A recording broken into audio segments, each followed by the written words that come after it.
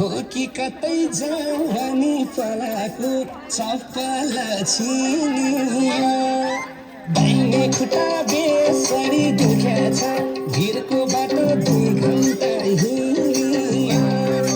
ओडलेमा चलाको हो कि कतै जवानी पलाको चप्पल छिनियो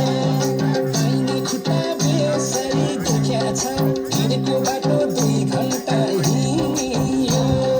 दाहिने खुट्टा बेसरी दुख्या छ